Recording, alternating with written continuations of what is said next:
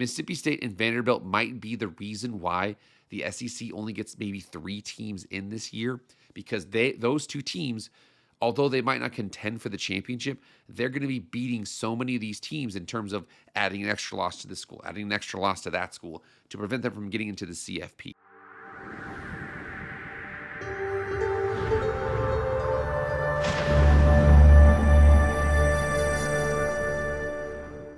What is up, everybody? It is Jake back with Master Football. Thank you so much for being here. If you want to be up to date on all things college football, hit that red subscribe button, hit the like button, and follow me on Twitter and Instagram. If you like EA college football content, go subscribe to my other channel, the MF Film Room. Link is in the description. But enough about all that. College football content, let's go.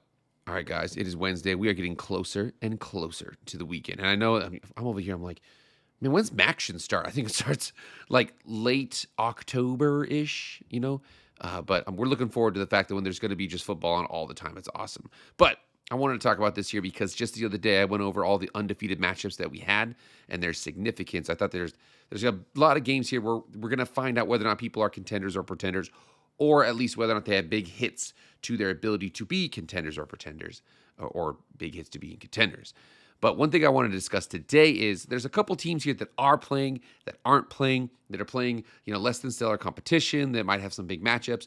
But there's about 9 teams I'm looking at right now that I have my eye on as to whether or not they are a contender or a pretender. I'm going to rank them from first to ninth, from ninth, basically the least likely to be a contender, all the way up to my one that I do truly believe there is going to be a big chance for them being a contender. There's 2 actually in the ACC that have an incredible road, a big opportunity to make a big splash in the college football scene. But without further ado, let's get into that list right now. All right, first up on the list is Maryland. And I understand there's a couple other teams here that are undefeated. I know that like Rutgers is undefeated. Other teams like I know BYU's undefeated. There's UCF's undefeated. But for the most part, I want to talk about these teams. So in the Big Ten, we have the Maryland Terrapins. The reason why they are last here on this list of 9 is because they play at Wisconsin, which is, it's all right. It's a tough place to play. Wisconsin had a rough game against Alabama, but they play against Wisconsin and they're a 10-point underdog. So for Maryland, it's tough for me to get behind them. Again, 10.5-point underdog. They beat Wisconsin. Then they have home against Washington, home against Nebraska, at UCLA, and then Indiana. Those last couple of games there are going to be tough for them, really deciding as to whether or not they're able to have a successful season or not. But I don't believe it right now. So right now, Maryland currently comes in at the number 9 spot for my contenders or pretenders. I think they're leaning more towards pretender. But again, they do well against Wisconsin. That could change. All right, up next is the NC State Wolfpack. The reason why I have them on here is because they're technically 3-0 at Wake Forest. A better win than people give their credit for. But they're at Duke this weekend. They're actually a 3-point underdog. I mean, they played Virginia Tech and then Campbell, but then they go at Notre Dame, at Pitt, home against Georgia Tech, at Miami, home against Florida State. That is going to be a rough time for them. I don't think they're going to be able to pull this out. Obviously, like I said, they're doing decent, But I'm looking at the remainder of that schedule. That's one of the harder ACC schedules they have the remainder of the season. Now, I will say there's a couple teams here in the ACC that I think have a much easier time getting to that conference championship, and we'll talk about them here in a second. But NC State, I'm leaning more towards pretender. They're coming in at that number 8 spot.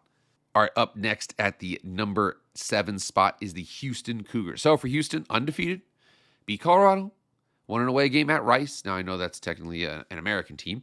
They played Oregon State, and I think they're going to win that game. Oregon State's been having a rough season here.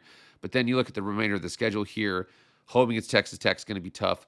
I think that, home against West Virginia is going to be tough. UCF, TCU. There's some tough games on there just because this is one of those teams that, you see Connor Weisman, the quarterback out there. He's doing good. But I'm looking at the remainder of the Houston Cougars schedule, and I don't know. This is one where the Big 12 reads a lot like the NFL, where the lines are going to be really short. It's really tough to predict games. Away games are really tough. Not that they're tough in the other conferences. I'm just saying, like, this one of those teams where I just don't think they have enough star power to overcome this. Now, I think they've got 3 good wins. They're probably going to be a bowl team. They're going to beat Oregon State most likely. That at Arizona State game doesn't look as tough as it did before. But if I'm looking at the remainder of the schedule, I don't know. Texas Tech looks really good. They're going to be, whatever happens with them at that Utah game that's going to be this Saturday, it could make them a really upset team who wants to come back. We'll see, man. But right now, I think that Houston probably gets to 4-0. But then the remainder of the season, I think they'll be a bowl team, but I don't see them contending beyond that. But they'll have a pretty good year, so they're at the number 7 spot. All right, at number 6 here, and I really like these guys because, again, they beat Arizona State. Now, that number 12 ranking, I mean, I'm betting at the end of the year that Arizona State's going to be a 6-6 to 8-4 team, something like that. That 8-4 is still pretty good. But I think that it's not the number 12 team in the country. Now, I will say that Mississippi State is higher up on here because they've had some good wins. They're probably going to beat Northern Illinois. They play home against Tennessee. They're at Florida, so that'll be a tough environment, but Florida's a weird team. Texas A&M had a good win at Notre Dame. Home against Texas. Texas hasn't really beaten anybody. At Arkansas will be tough.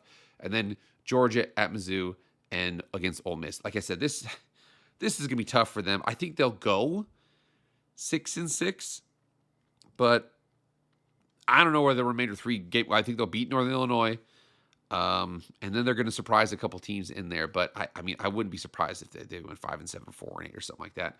But I do think that they're an important team. I said before that Arizona State needed to beat Mississippi State, and they didn't. Well, I think Arizona State's going to take a step back. Mississippi State, though, 3-0. I mean, we'll see, man. But I think that they're more impactful just because their wins that they get versus what the Houston Cougars wins can get, they're going to be a lot more impactful in the college football world. All right, and number 5 for contenders or pretenders, I have another SEC team, kind of the same situation as Mississippi State, but I think that they have a much more marquee win. Now, I do know that at South Carolina is, like, we don't know how good South Carolina is because South Carolina's big win was over Virginia Tech, and we know they're terrible, and they just fired their head coach. So, I mean, their wins are against South Carolina and Virginia Tech and Charleston Southern. They are favored by 4 touchdowns versus Georgia State. They're probably going to beat Utah State too, and then they have that big game against Alabama, which I actually really want to watch that game, because Vanderbilt beat Alabama at home last year. Now they're on the road. They still have LSU at Texas, which will be a tough environment. Auburn will be tough. Auburn's at home. At Tennessee will be a tough environment. But I think that these guys will have more chances for marquee wins. Like I said, I think that Mississippi State and Vanderbilt might be the reason why the SEC only gets maybe 3 teams in this year, because those 2 teams, although they might not contend for the championship, they're going to be beating so many of these teams in terms of adding an extra loss to this school, adding an extra loss to that school to prevent them from getting into the CFP. So I think they're impactful. They are a contender, but I think they're a mid-contender. And like I said, 7-5, 8-4 is a huge win for them. Anything above that is awesome. And because they've already got 3, they're probably going to get to 5-0. And if they can get a couple of those big wins against SEC opponents, I think that'll be huge for them. But like I said, I think that national championship, hopes, I'm not sure about that. But so far, looking good for Vanderbilt. All right, at the number 4 spot here is TCU. Now, TCU's only played 2 games.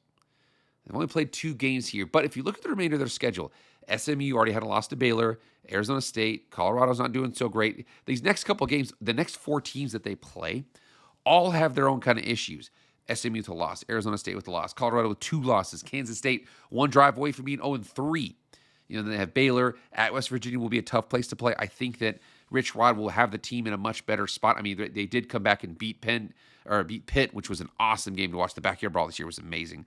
Then they play Iowa State at home. Late in the season at BYU will be tough. At Houston will be tough. And then home against Cincinnati. That last month, November, is going to be huge for them.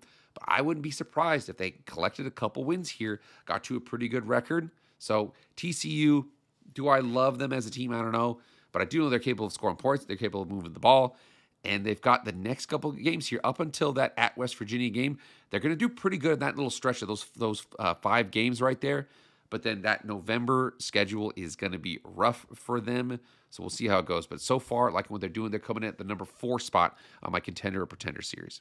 All right, and number 3 here, and this is a shocker here, but if you look at the remaining schedule for the Cal Golden Bears, it turns out really nice for them. They play at San Diego State. They're favored in that game. But I think that, Sagapolatele, I think that's how you say his name, their quarterback, he is actually really, the problem with him, though, is unfortunately, I don't know how much money Cal is throwing at him. I know that offensive coordinator Brian Harsin, formerly of Boise State, love my boy out there. But I think that they're actually going to do pretty well. But I'm looking at the remaining of the schedule. No Clemson, no Florida State, no Miami. They do have to visit. I mean, they visit Virginia Tech, who's having a terrible year. They visit Boston College. I think that's a trap game right there. They visit Louisville. Stanford's having a terrible year. And then SMU down there. There's not one game there that they can't win. That's like definitely going to be a problem for them. Whether or not they have enough momentum, I mean, they beat Minnesota by 13. Oregon State is actually trying to be one of the worst teams in college football. Maybe not the worst team in college football, but they're having a very bad year. So I'm looking at this Cal schedule, and 10-2 is not unrealistic. Now, again, they could lose to San Diego State. I think that at Boston College and at Louisville are the two big issues for them. But the rest of the games are either at home or against teams who are having really, really bad seasons. I like the Cal Bears the remainder of the season. They're at my number 3 spot.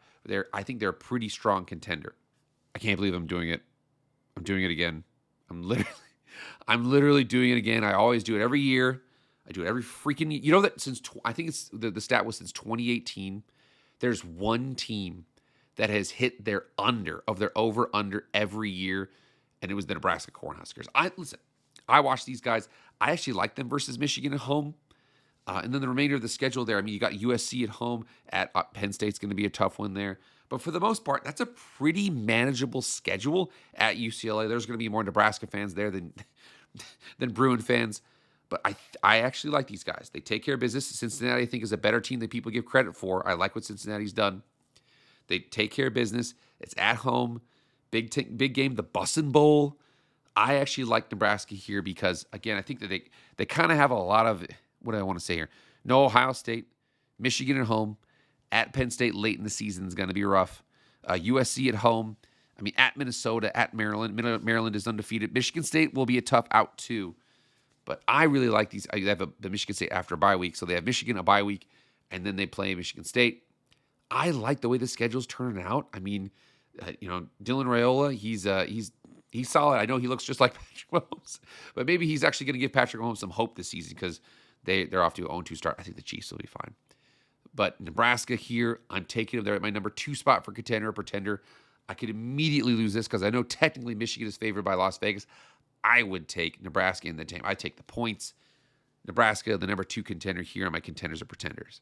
And then number 1. And I wanted to say this about Cal, where Cal's schedule looks and reads kind of like a Big Ten West schedule did back in the day, where like all you got to do is win your schedule, get to the conference championship, and then beat Michigan, Ohio State, or Penn State. Just be better than them for one game. But you look at Georgia Tech now. Georgia Tech, no Florida State, no Miami, and they already beat Clemson. Now, I know people are, Clemson's not that good. Like, first, Clemson's still a really good team. They're going to have like 7. They might have like 5 or 6 first-round picks on that team. So, versus Temple, should be able to handle business. At Wake Forest, Virginia Tech's having a bad year. Duke's already lost a couple games at home. Syracuse is having a down year. NC State is technically 3-0, but they're an underdog to Duke. We have Boston College. I think that will be a trap game towards the end of the season. Home against Pitt. And then finally, home against Georgia. Not at Georgia, home against Georgia, where they gave them all they wanted to and more last season. I'm liking this schedule. They've got an opportunity for huge wins versus big-time SEC opponents. They've got an opportunity to kind of run the table. They can run the ball really well. Haynes King kind of fits in the offense absolutely perfectly. The Georgia Tech Yellow Jackets. I would not be shocked at all if we got a Georgia Tech and there's some situation where like Cal sneaks in or it's like Miami, Florida State. I tell you what, dude, this is going to be exciting. Georgia Tech, no Miami, no Florida State, already beat Clemson, played Georgia at home, and they gave them all they wanted to last year. I really like Georgia Tech the remainder of the season. They're my number 1 of my contenders or pretenders. I believe in the Ramblin' Wreck. So who do you agree with in there? I personally, like I said, I see those 2 ACC teams, especially the fact, for God's sakes, Cal doesn't play Miami, Florida State, or Clemson. They don't even play Georgia Tech.